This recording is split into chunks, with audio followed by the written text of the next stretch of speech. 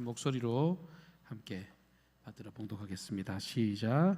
그러나 너희는 택하신 족속이요 왕 같은 제사장들이요 거룩한 나라요 그의 소유가 된 백성이니 이는 너희를 어두운 데서 불러내어 그의 기이한 빛에 들어가게 하신 이의 아름다운 덕을 선포하게 하려 함이라.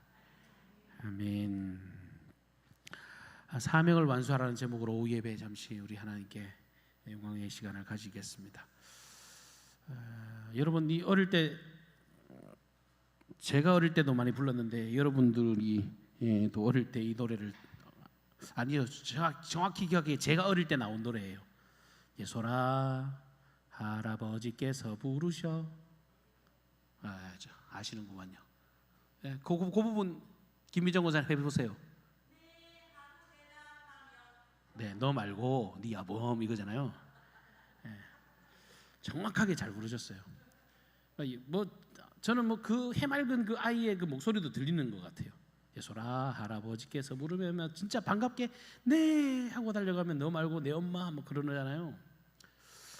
그 노래가요. 여러분 하나님께서 우리를 윤무야 라고 부르시면요, 쫓아가면요, 너 말고 다른 사람이라고 부르시지 않으세요. 사람은 부를 때요 다 목적이 있잖아요. 저도 애를 4명이나 키우고 있습니다만, 야 누구야 부를 때는 반드시 목적을 가지고 부릅니다. 애들은 막 심부름 시킨다고 싫어하지만 부를 때는 틀림없이 목적이 따르는 겁니다. 강경중앙교회라고 하나님이 건물을 빌딩을 세워놓고 사람을 모이라고 해놓고 그냥 우리끼리 개모임하는 집단이 아닙니다. 분명히 하나님이요, 얘들아 라고 각자 이름을 한번 불러보죠. 시작. 윤무야. 한 번 더 합시다. 시작. 윤무야. 그 다음 뭐예요? 하나님께서 부르셔 네 하고 달려가니, 그리고 반드시 사명을 주신다는 거예요. 이거를 너무 잘 알고 살아요, 그리스도인들이. 예수 믿는 사람들의 부르심은요 반드시 사명과 연결되어집니다. 근데 다른 모든 종교의 부르심이라고 하는 건요 그냥 자기 평안함에 담겨져 있죠. 명확한 차이가 있습니다. 저도 어떤 종교라는 걸 다 가집니다. 다른 사람들도 종교를 가지고 또 고등 종교를 쫓아다니는 사람들은요 하나 없이 종교를 사모합니다. 근데 그 이유가 뭐냐면 내가 결국은 이거에서 뭔가 한탕 얻어보려고 그런단 말이에요.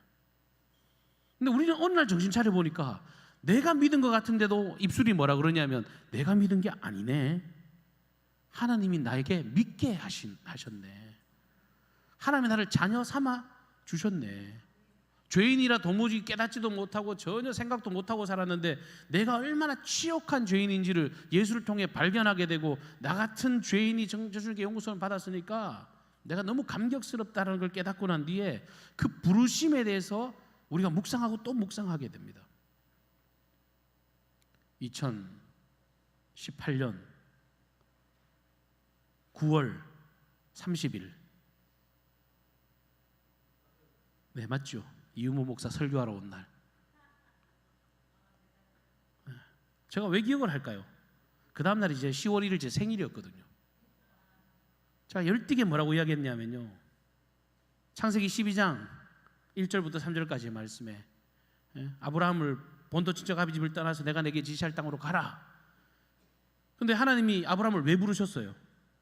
내가 너를 복으로 만들 테니까 복덩어리 네가 가는 곳곳마다 생명의 복이 흘러갈 거라고, 너를 축복하는 자에게 내가 축복하고 너를 저주하는 자에게 내가 저주하겠다고, 네가 이 땅의 복의 중심이 될 것이라고. 집에 가는데 생일 축하합니다 하고 문자 받았잖아요, 제가요. 보세요, 아브라함을 왜 부르셨다고요? 쓰시려고 부르신 겁니다.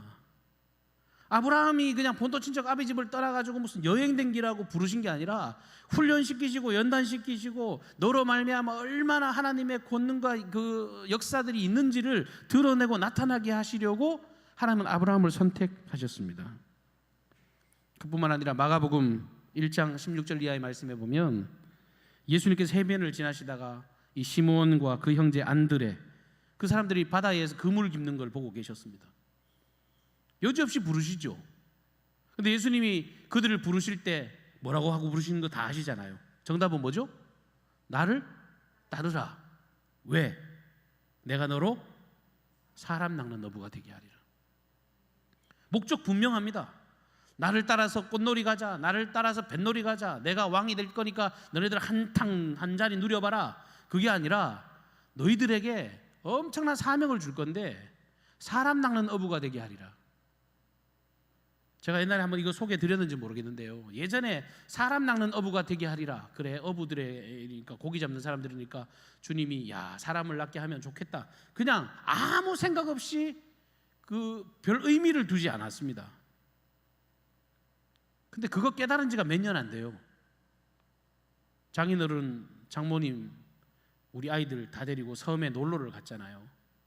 아침에 그 전날 낚시를 하는데 그 한창 그 뭐 도시어부인가 그거 유명해져 가지고 그것 때문에 인기가 한창 많을 때 한 번도 낚시 안 해본 인간이 낚싯대를 사가지고 이제 섬에 들어가서 바다에 있는 고기는 내가 다 잡아버리겠다는 결심을 안고 들어갔는데 비는 주룩주룩 오지요. 아무리 뭐 줄을 담궜는데 고기 한 마리 뭐 입질 한 번 없고, 여름이었는데도요 비를 맞으니까 얼마나 추운지 몰라요.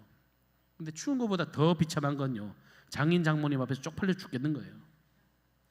사위 말 듣고 왔는데 우리 장인어른은 막 회라도 떠서 막 줄 알았던 거 맞아요. 저도 막 그런 마음으로 시작을 했거든요. 근데 아무리 생각해도 안 잡히는 거예요.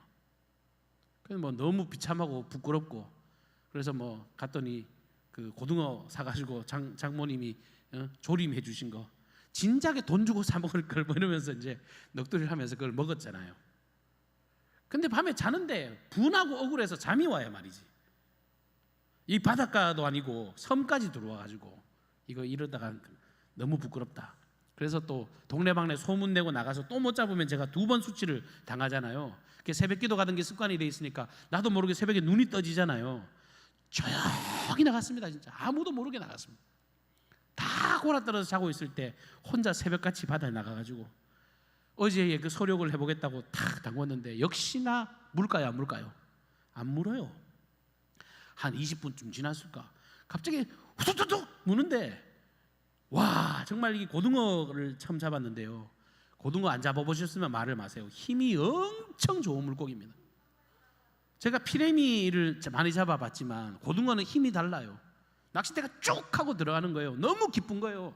제가 제일 먼저 한 일이 뭐냐면 전화기를 찾아가지고 화상통화를 눌렀어요. 화상통화를. 그래가지고 자는 사람들 다 깨워가지고 보라고 막 낚싯대 들이밀고 바늘 뺄 생각도 안 하고요.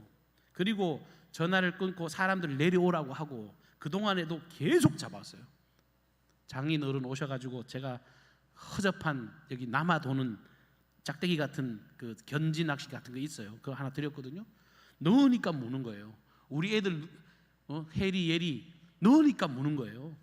뭐 고기 담을 그릇도 안 들고 갔는데 옆에 보니까 어부가 버리는 쓰레받기 같은 거 하나 있더라고요. 그거 잡아다가 막 퍼놓고 한 20분 동안 전쟁을 치른 것 같아요. 뭐 했는지를 모를 정도로. 나중에 알고 보니까 고등어가 회유성 물고기라 물때가 되면 들어올 때가 있는데 제가 그때 딱 맞아 떨어진 거 아닙니까? 난생 처음 고기를 잡는데 얼마나 기분이 좋죠. 와 정말 막 쭈뼛쭈뼛 서는 거예요. 근데 갑자기 제 머리를 딱 스치는 게 내가 너를 사람 낚는 어부가 되게 하리라. 그 이야기가 딱 생각이 나는 거예요. 왜요? 고기도 먹어본 놈이 더 잘 먹는 겁니다.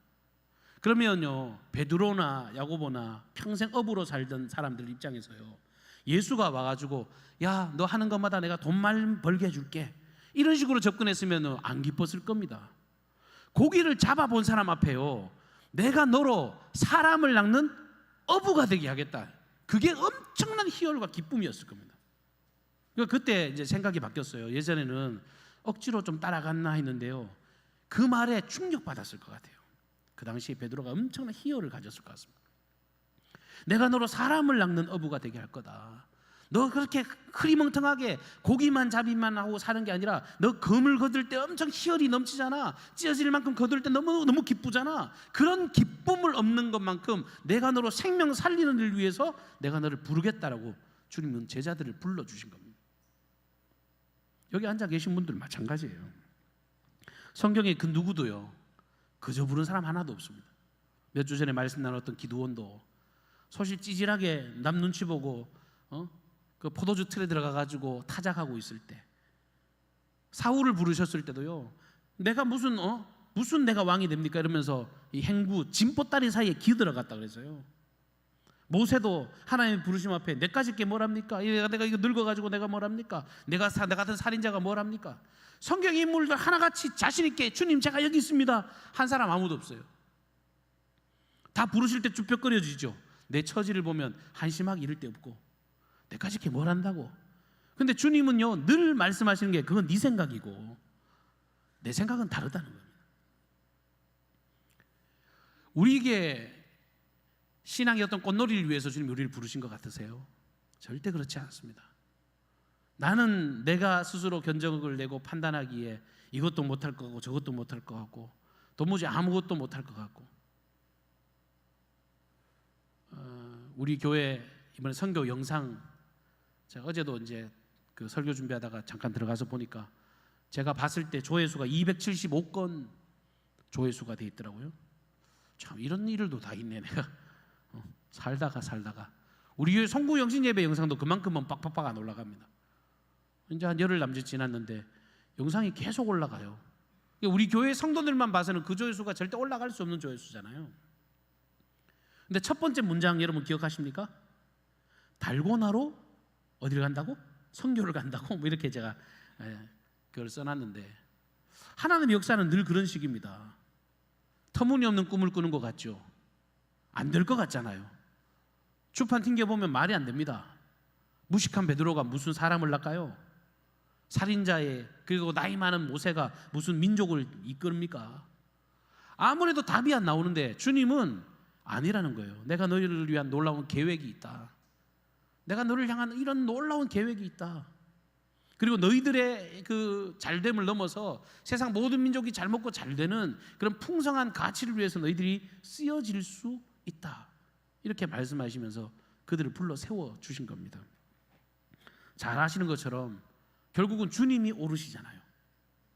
그 부르심의 사명을 부여하시는 주님이 오르십니다. 오늘 우리가 읽은 이 본문 말씀은 우리 신앙의 정체성을 너무너무 잘 나타내는 그런 말씀 아닙니까? 우리가 어떤 존재라고 주님은 말씀하십니까? 그냥 이은무라고 부를 때 그냥 그 이름을 부르시는 게 아니라 너는 택한 내 족속이다 라고 우리의 정체성을 분명하게 말씀하고 있습니다.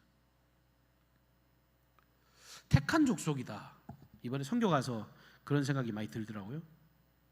사실 뭐 우리나라 뭐 경제가 어렵네, 정치가 어렵네, 뭐가 어렵네 그러지만 사실 어려운 동네 한 번만 갔다 오면 야 이렇게 잘 먹고 잘 산단 말이야.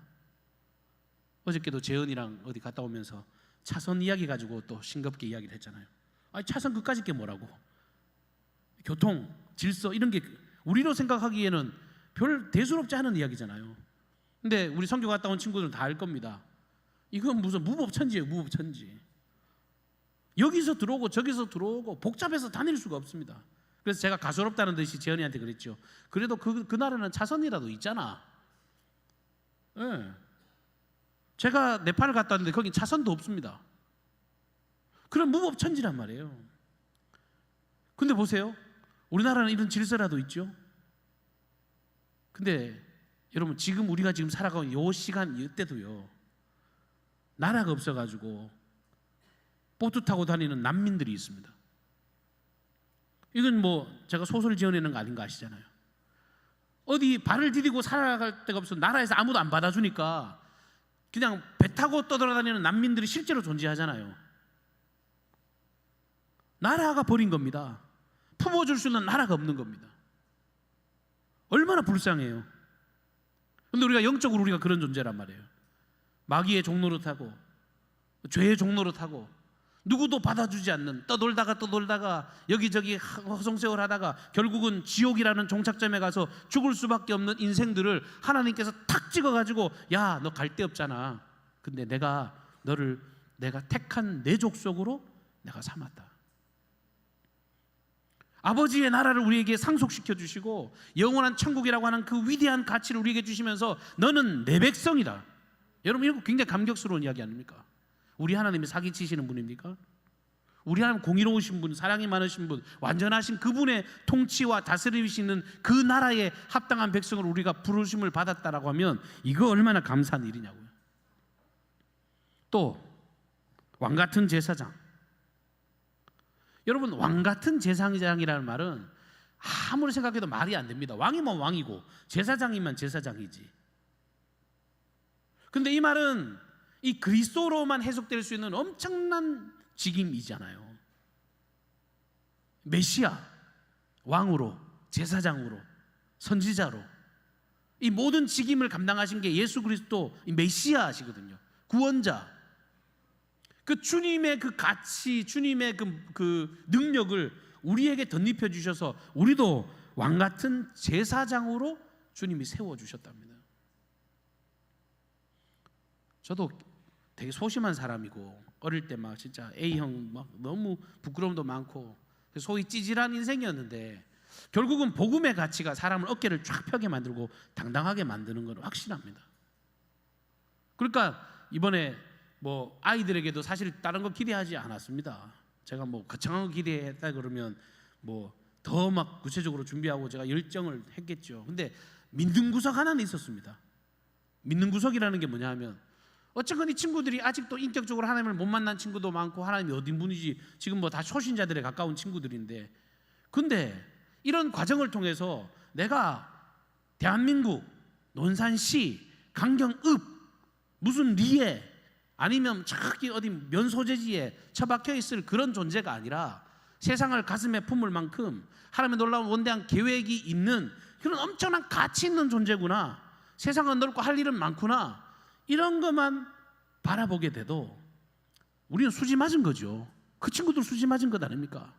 근데 저는 틀림없이 그런 기대가 있었어요. 왜? 나가본 놈하고 안 나가본 놈하고 하늘과 땅 차이란 말이에요.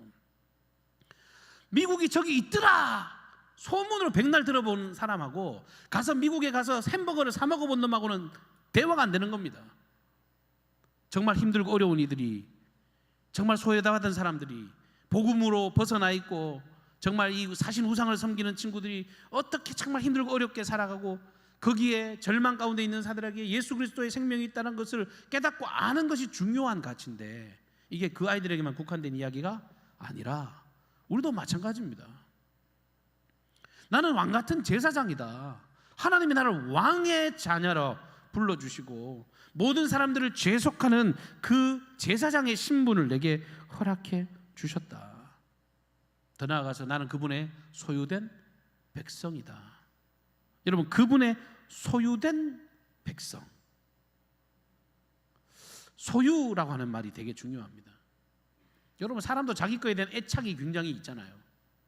물론 뭐 너무 자기 것만 집착하면 그것도 문제가 있습니다만 여러분, 애정을 가지고 거기에 대해서 소유에 대한 감격을 누리는 건 굉장히 중요한 일입니다. 부모 자식 간의 관계도 마찬가지고요. 뭐 이웃과 친구 간의 관계도 마찬가지입니다. 서로를 애틋하게 여긴다는 게 굉장히 중요하잖아요.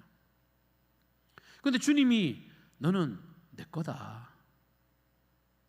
두려워 말라 놀라지 말라 내가 너와 함께 함이니라 참으로 내가 너를 도와주리라 참으로 나의 의로운 오른손으로 너를 붙들리라. 여러분, 옆집 아저씨가 백날 그런 이야기 한다고요 감동이 되지 않아요.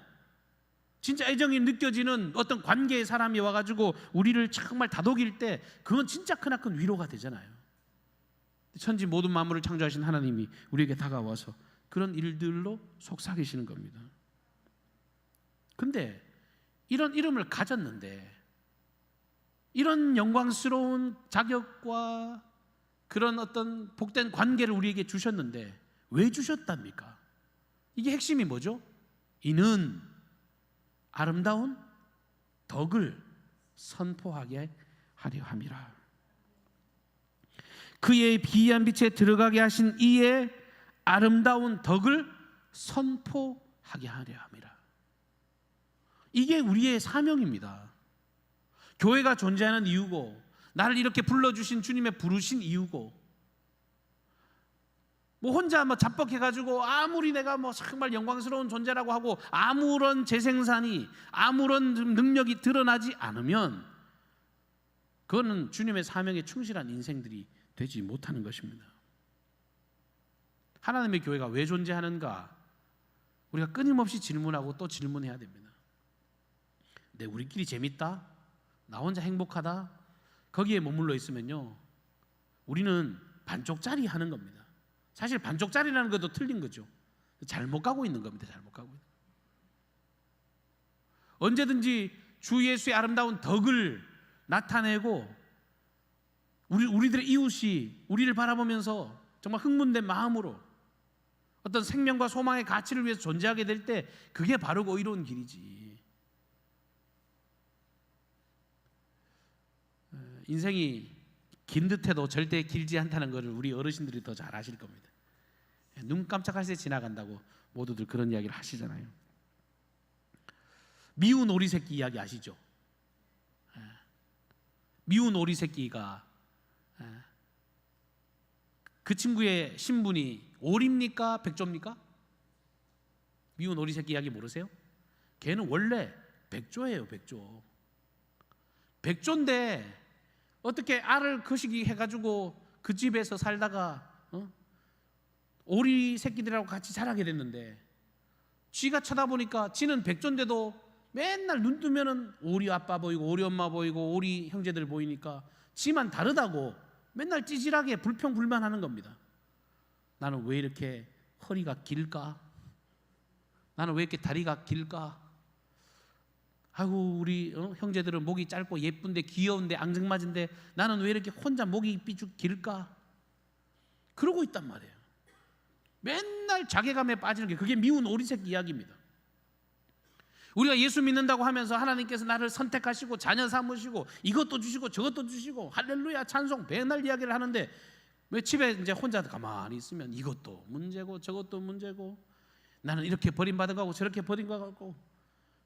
오늘 예수님이 우셨다는 이야기 여러분 기억하시죠? 예수님 속천불나 죽으십니다. 아이고 답답해라. 아이고 답답해라. 성경에 그런 이야기는 없지만 진짜 솔직히 제 마음 같아서는요, 진짜 머리를 뜯어버려야 되나 뭐 그 정도의 답답함을 느끼셨어요. 오죽하면 눈물을 흘리시겠어요.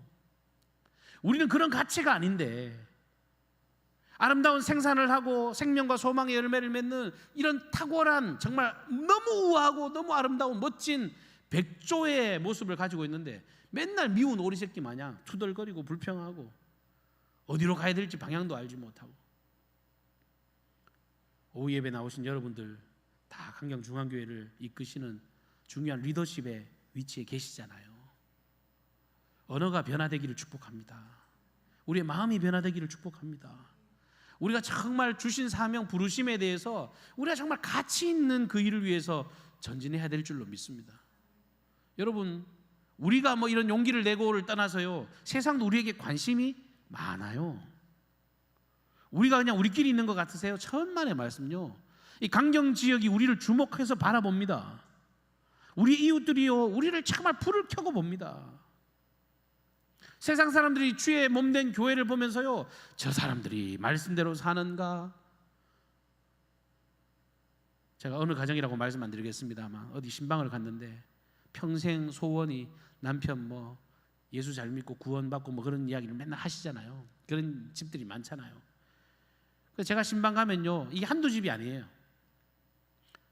제가 갑자기 쳐들어가면 이제 도망도 못 가고 붙잡혔잖아요. 그래서 옆에서 억지로 이렇게 앉아서 예배를 드리시는 듯해 보여요. 근데 막상 찬송하면 누가 더 잘하게요? 진짜 놀랍다니까요. 제가 기도하면요 아멘이 더 큰 소리도 하는 것도요, 그 예수 안 믿는 남편이 아멘이 더 크고요, 찬송을 알아요. 심지어요 찬송을 더 잘 알아서 크게 찬송을 부르고 예배 때 막, 그리고 교회는 진짜 안 나오시는데 그러는 분들이 계신다고요. 제가 그런 분들을 볼 때마다 조급한 마음이 안 생기는 이유가 뭐냐면 이거는 키를 한쪽에서 가지고 계시구나 라고 하는 마음이 들 때가 많아요. 다 준비되어 있는 것 같아. 내가 봤을 때는 이제 진짜 모든 게 다 완벽히 준비되어 있는 것 같아. 그러면 이 자기의 사명을 완수하는 그 그리스도인의 삶을 통해서 그 가정 예수 믿는 거 그렇게 어려운 일 아닌 것 같은 게 눈에 너무 보이는 거예요. 오늘 새가족 등록하셨잖아요. 여러분들 뭐 지역이 좁으니까 들어 아실 겁니다. 제가 뭐 여쭤보진 않았습니다만 제가 그랬거든요. 등록하시기까지 참 마음 어려우셨죠. 네, 저희는 뭐 등록을 강요하지 않아서 저는 그냥 기다렸는데 등록해 주셔서 감사합니다. 이렇게 말씀을 드렸습니다. 근데 여러분, 무슨 이유를 알고 내용을 알고 상담을 하면 그분들이 변화되고, 제가 뭐 가려운 부분을 서서서 긁어주면 그분들이 우리에게 감동을 받고 여러분 뭐 교회 등록을 하고 그런 일이 일어날까요? 절대 그런 거 아닙니다. 오늘날 왔더니 이 목사가 밥을 사줬네, 뭐 떡을 사줬네. 여러분, 그런 것들로 해서 만약에 할 것 같으면요, 저는 강경중앙교회의 기조를 바꿔요. 당장 다음 주에 가서 막 늘씬한 아가씨들만 앞에 세워서 안내시키고, 교회 막 밥도 말이지, 한 3배 정도 돈 투자해가지고 맛있게 만들고 말이에요. 막 그렇게 해서 막 경영을 해버리죠. 그렇게 해서 되는 성령의 역사가 아닙니다. 자연스럽게 흘러가는, 하나님을 진정으로 예배하고 어울려서 정말 하나님을 섬기고 정말 사랑하는 그 마음이 그들에게 정말 자연스럽게 흘러가는 겁니다. 스스로 판단되는 겁니다. 스스로 판단하고 스스로 마음에 받아들여지고, 그렇게 해서 마음이 정말 균열이 생기고 마음이 열리고, 저는 그런 역사로 해서 오늘 이 역사가 이루어졌다고 저는 믿습니다. 보존하고 지키고 계속 그런 분위기를 만들어갈 책임은 먼저 믿은 우리에게 있겠지만, 그러니까 끊임없이 하나님을 기준으로 해서 그 선을 추구하고 그 선한 목적을 향해서 달려가는 것, 이것이 우리가 멈추지 않고 타협하지 않을 가치라고 하는 것을 오늘 말씀하지 잊지 않기를 바랍니다. 말씀을 맺겠습니다. 사명을 완수하라. 각자에게 주신 사명이 다 달라요. 그게 너무 재밌는 겁니다. 강경중앙교회가 획일적으로 똑같이 무슨 풀빵 찍어내듯이 찍어낸다 그러면 진짜 재미없을 겁니다. 근데요, 하나님이 주신 영적 부담감이 다 다릅니다. 제가 가진 부담감이 틀리고 여러분이 가진 부담감이 틀려요. 근데 성령께서 우리를 하나 되게 하신 것을 힘써 지키라고 말씀하신 것처럼 동일한 역사, 동일한 가치를 위해서 하나님 우리의 각자의 재능과 그 모든 사역을 들어 사용하신다고 하는 사실입니다. 부르실 때 음성을 들으시기를 축복합니다. 그 주님의 부르심 앞에 순종하고 반응하시기를 주님 여러분 축복합니다. 그래야 하나님의 그 시원함을 누리고 우리를 통해서 또 안식하는 많은 무리들이 믿는 자의 수가 날마다 더해지는 생동이 있는 교회로 거듭나게 될 줄로 믿습니다. 오늘 이 예배가 하나님께 기쁨이 되고 그 선한 가치를 위해서 함께 아름답게 동역하시는 저와 여러분이 되시기를 주님 여러분 축복합니다. 사랑의 주님, 은혜를 감사합니다. 우리가 정말 우아하고 화려한 백조의 모습, 하나님의 복된 자녀라고 하는 화려한 모습을 가지고 있음에도 불구하고 너는 택한 족속, 왕같은 제사장, 거룩한 나라요 하나님의 소유가 된 백성임에도 불구하고 늘 입술의 불평과 한탄과 이 저주스러움에 매여 살아가고 있지 않은지 우리를 똑똑히 바라보게 하여 주시옵소서. 믿음의 눈으로 우리를 현실을 자각하게 도와주시고 우리 개인에게 허락하신 이 놀라운 사명을 충실하게 감당하여서 아버지 놀라운 소망의 가치로 든든히 서는 개인과 교회가 될 수 있도록 인도하여 주옵소서. 주님을 사랑하는 마음으로 이 시간 구별하여 예배합니다. 종교적인 껍데기와 간섭, 우리의 공로를 자랑하지 않게 하시고 이 소망의 가치, 기쁨의 가치를 위해서 늘 합력하는 아름다운 믿음의 삶들 되게 하여 주옵소서. 예비하신 은혜를 마음껏 누리게 하시고 주의 그 순족하신 그 은혜를 따라서 날마다 승승장구하는 복된 인생들 되게 하옵소서. 우리의 모든 삶에 십자가의 위대한 권능으로 가득 넘치기를 기대하고 소망하옵고 예수님의 존귀하신 이름으로 기도하옵나이다. 아멘.